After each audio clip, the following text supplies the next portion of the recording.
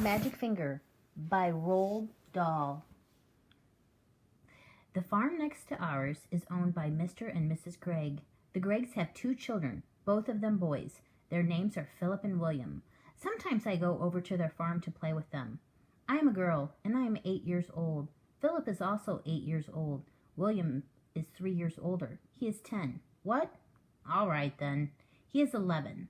Last week, something very funny happened to the Gregg family. I'm going to tell you about it as best I can. Now, the one thing that Mr. Gregg and his 2 boys loved to do more than anything else was to go hunting. Every Saturday morning, they would take their guns and go off into the woods to look for animals and birds to shoot. Even Philip, who was only 8 years old, had a gun of his own. I can't stand hunting. I just can't stand it. It doesn't seem right to me that men and boys should kill animals just for the fun they get out of it. So I used to try to stop Philip and William from doing it. Every time I went over to their farm, I would do my best to talk them out of it, but they only laughed at me. I even said something about it once to Mr. Gregg, but he just walked on past me as if I weren't there. Then one Saturday morning, I saw Philip and William coming out of the woods with their father, and they were carrying a very lovely young deer. This made me so cross that I started shouting at them. The boys laughed and made faces at me, and Mr. Gregg told me to go home and mind my own P's and Q's. Well, that did it. I saw red, and before I was able to stop myself, I did something I never meant to do. I put the magic finger on them all. Oh dear, I even put it on Mrs. Gregg, who wasn't there. I put it on the whole Gregg family. For months, I had been telling myself that I would never put the magic finger upon anyone again, not after what happened to my teacher, old Mrs. Winter. Poor old Mrs. Winter. One day we were in class and she was teaching us spelling. Stand up, she said to me, and spell cat. That's an easy one, I said. K-A-T. You are a stupid little girl, Mrs. Winter said. I am not a stupid little girl, I cried. I am a very nice little girl. Go and stand in the corner, Mrs. Winter said. Then I got cross, and I saw red, and I put the magic finger on Mrs. Winter, good and strong, and almost at once, guess what? Whiskers began growing out of her face. They were long black whiskers, just like the ones you see on a cat, only much bigger. And how fast they grew. Before we had time to think, they were out to her ears. Of course, the whole class started screaming with laughter, and then Mrs. Winter said, "Will you be so kind as to tell me what you find so madly funny, all of you?" And when she turned around to write something on the blackboard, we saw that she had grown a tail as well. It was a huge, bushy tail. I cannot begin to tell you what happened after that, but if any of you are wondering whether Mrs. Winters is quite all right now, the answer is no, and she never will be. The magic finger is something I have been able to do all of my life. I can't tell you just how I do it, because I don't even know myself. But it always happens when I get cross, when I see red. Then I get very, very hot all over. Then the tip of my forefinger of my right hand begins to tingle most terribly. And suddenly a sort of flash comes out of me, a quick flash, like something electric. It jumps out and touches the person who has made me cross. And after that, the magic finger is upon him or her, and things begin to happen. Well, the magic finger was now upon the whole of the Gregg family, and there was no taking it off again. I ran home and waited for things to happen. They happened fast. I shall now tell you what those things were. I got the whole story from Philip and William the next morning after it was all over.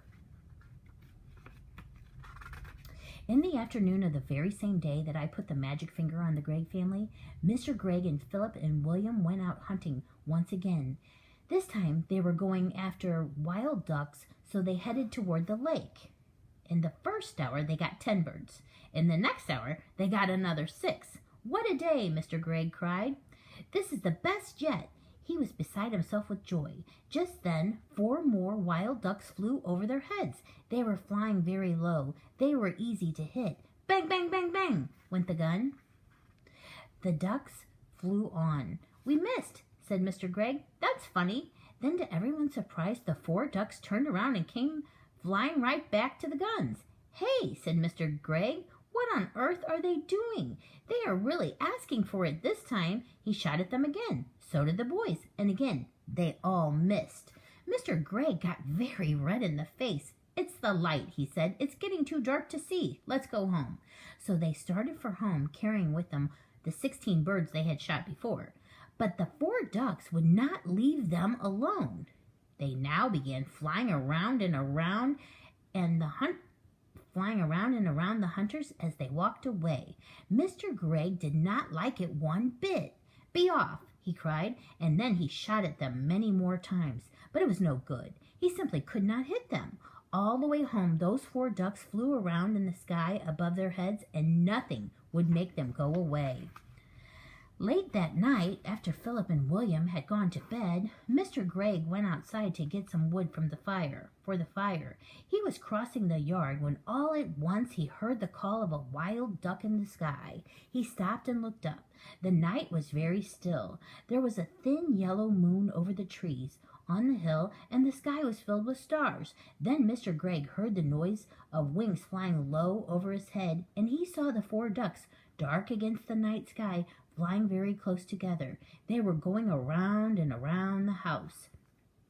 Mr. Gregg forgot about the firewood and hurried back indoors. He was now quite afraid. He did not like what was going on, but he said nothing about it to Mrs. Gregg.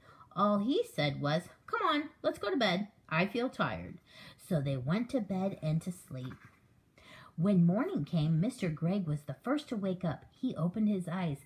He was about to put out a hand for his watch to see the time, but his hand wouldn't come out. "That's funny," he said. "Where's my hand?" He lay still, wondering what was up. Maybe he had hurt that hand in some way. He tried the other hand. That wouldn't come out either. He sat up. Then for the first time he saw what he looked like. He gave a yell and jumped out of bed. Mrs. Gregg woke up, and when she saw Mr. Gregg standing there on the floor, she gave a yell too, for he was now a tiny little man. He was maybe as tall as the seat of a chair, but no taller, and where his hands had been, he had a pair of duck wings instead. But, cried Mrs. Gregg, going purple in the face. "My dear man, what's happened to you?" "What's happened to both of us, you mean?" shouted Mr. Gregg. It was Mrs. Gregg's turn now to jump out of bed. She ran to look at herself in the glass, but she was not tall enough to see into it. She was even smaller than Mr. Gregg, and she, too, had got wings instead of arms. Oh, sobbed Mrs. Gregg. "This is witch's work," cried Mr. Gregg, and both of them started running around the room, flapping their wings. A minute later, Philip and William burst in. The same thing had happened to them. They had wings and no arms, and they were really tiny. They were about as big as robins. "Mama, chirruped Philip. "Look, Mama, we can fly!" And they flew up into the air. "Come down at once," said Mrs. Gregg. "You're much too high." But before she could say another word, Philip and William had flown right out the window. Mr. and Mrs. Gregg ran to the window and looked out. The 2 tiny boys were now high up in the sky. Then Mrs. Gregg said to Mr. Gregg, "Do you think we could do that, my dear?" "I don't see why not," Mr. Gregg said. "Come on, let's try." Mr. Gregg began to flap his wings hard, and all at once up he went. Then Mrs. Gregg did the same. "Help!" she cried as she started going up. "Save me!" "Come on," said Mr. Gregg. "Don't be afraid." So out the window they flew, far up into the sky, and it did not take them long to catch up with Philip and William. Soon the whole family was flying around and around together. "Oh, isn't it lovely?" cried Philip. "I've always wanted to know what it feels like to be a bird." "Your wings are not getting tired, are they, dear?" Mr. Gregg asked Mrs. Gregg. "Not at all," Mrs. Gregg said. "I could go on forever." "Hey, look down there," said Philip. "Somebody is walking in our garden." They all looked down, and there below them, in their own garden, they saw 4 enormous wild ducks. The ducks were as big as men, and what is more, they had great long arms, like men, instead of wings. The ducks were walking in a line to the door of the Greggs' house, swinging their arms and holding their beaks high in the air. "Stop!" called the tiny Mr. Gregg, flying down low over their heads. "Go away! That is my house." The ducks looked up and quacked. The first one put out a hand and opened the door of the house and went in. The others went in after him. The door shut. The Greggs flew down and sat on the wall near the door. Mrs. Gregg began to cry. "Oh dear," she sobbed. "They have taken our house. What shall we do? We have no place to go." Even the boys began to cry a bit now. "We will be eaten by cats and foxes in the night," said Philip. "I want to sleep in my own bed," said William. "Now then," said Mr. Gregg, "it isn't any good crying. That won't help us. Shall I tell you what we were going to do?" "What?" they said. Mr. Gregg looked at them and smiled. "We are going to build a nest." "A nest?" they said. "Can we do that?" "We must do it," said Mr. Gregg. "We've got to have somewhere to sleep. Follow me." They flew off a tall tree, and right at the top of it, Mr. Gregg chose the place for the nest. Now we want sticks," he said. "Lots and lots of little sticks. Off you go, all of you, and find them, and bring them back here." "But we have no hands," said Philip. "Then use your mouths." Mrs. Gregg and the children flew off. Soon they were back carrying sticks in their mouths. Mr. Gregg took the sticks and started to build the nest. "More," he said. "I want more and more and more sticks. Keep going." The nest began to grow. Mr. Gregg was very good at making the sticks stick together. After a while he said, "That's enough sticks. Now I want leaves and feathers and things like that to make the inside nice and soft." The building of the nest went on and on. It took a long time, but at last it was finished.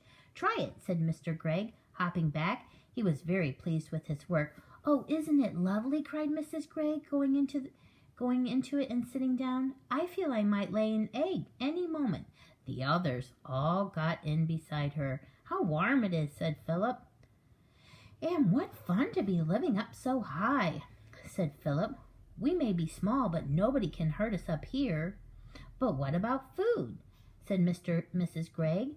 "We haven't had a thing to eat all day." "That's right," Mr. Gregg said. "So we will now fly back to the house and go in by an open window and get the tin of biscuits when the ducks aren't looking."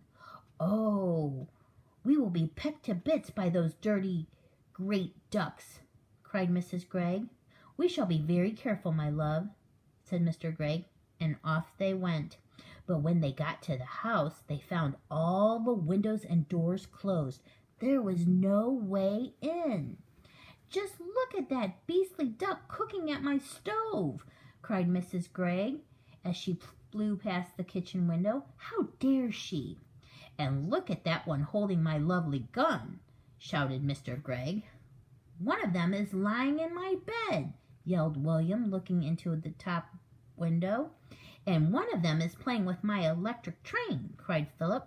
Oh dear," said Mrs. Gregg. "They have taken over our whole house. We shall never get it back. And what are we going to eat?" "I will not eat worms," said Philip. "I would rather die." "Or slugs," said William. Mrs. Gregg took the two boys under her wings and hugged them. "Don't worry," she said. "I can mince it all up very fine, and you won't even know the difference. Lovely slug burgers, delicious worm burgers." "Oh, no," cried Philip. "Never," said Philip. "Disgusting," said Mr. Gregg. "Just because we have wings, we don't have to eat bird food. We can eat apples instead. Our trees are full of them. Come on." So they flew off to an apple tree. But to knead an apple without holding it in your hands is not at all easy. Every time you try to get your teeth into it, it just pushes away. In the end, they were able to get a few small bites each, and then it began to get dark. So they all flew back to the nest and lay down to sleep. It must have been about this time that I, back in my own house, picked up the telephone and tried to call Philip. I wanted to see if the family was all right. "Hello," I said. "Quack," said a voice at the other end. "Who is it?" I asked. "Quack, quack." "Philip," I said, "is that you?" "Quack, quack, quack, quack, quack, quack." "Oh, stop it," I said. Then there came a very funny noise. It was like a bird laughing. I put down the telephone quickly. "Oh, that magic finger," I cried. What has it done to my friends?" That night, while Mr. and Mrs. Gregg and Philip and William were trying to get some sleep up in the high nest, a great wind began to blow. The tree rocked from side to side, and everyone, even Mr. Gregg, was afraid that the nest would fall down. Then came the rain. It rained, and the water ran into the nest, and they all got as wet as could be. And oh, it was a bad, bad night. At last the morning came, and with it the warm sun. "Well," said Mrs. Gregg, "thank goodness for that's over. I never wanted to sleep in a nest again." She got up and looked over the side. "Help!" she cried. Look down there." "What is it, my love?" said Mr. Gregg. He stood up and peeped over the side.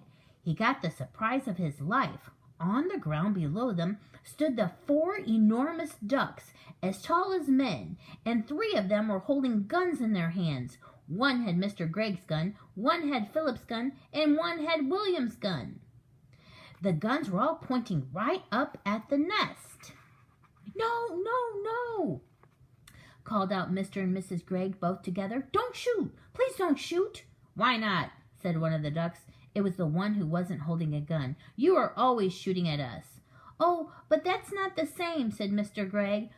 "We are allowed to shoot ducks." "Who allows you?" asked the duck. "We allow each other," said Mr. Gregg. "Very nice," said the duck. "And now we are going to allow each other to shoot you."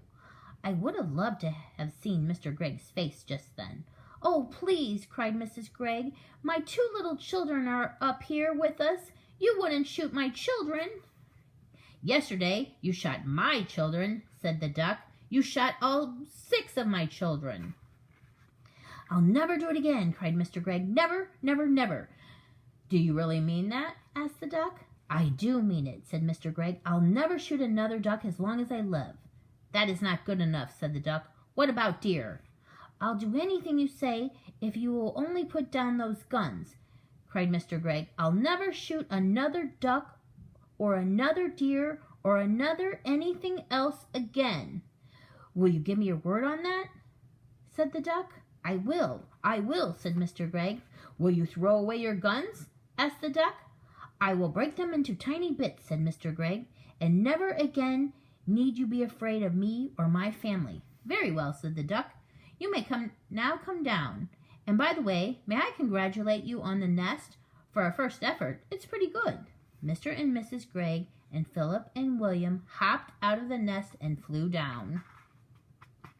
Then all at once everything went black before their eyes, and they couldn't see.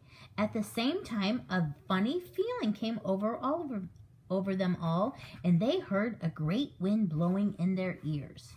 Then the black that was before their eyes turned to blue, to green, to red, and then to gold, and suddenly there they were, standing in lovely bright sunshine in their own garden near their own house, and everything was back to normal once again.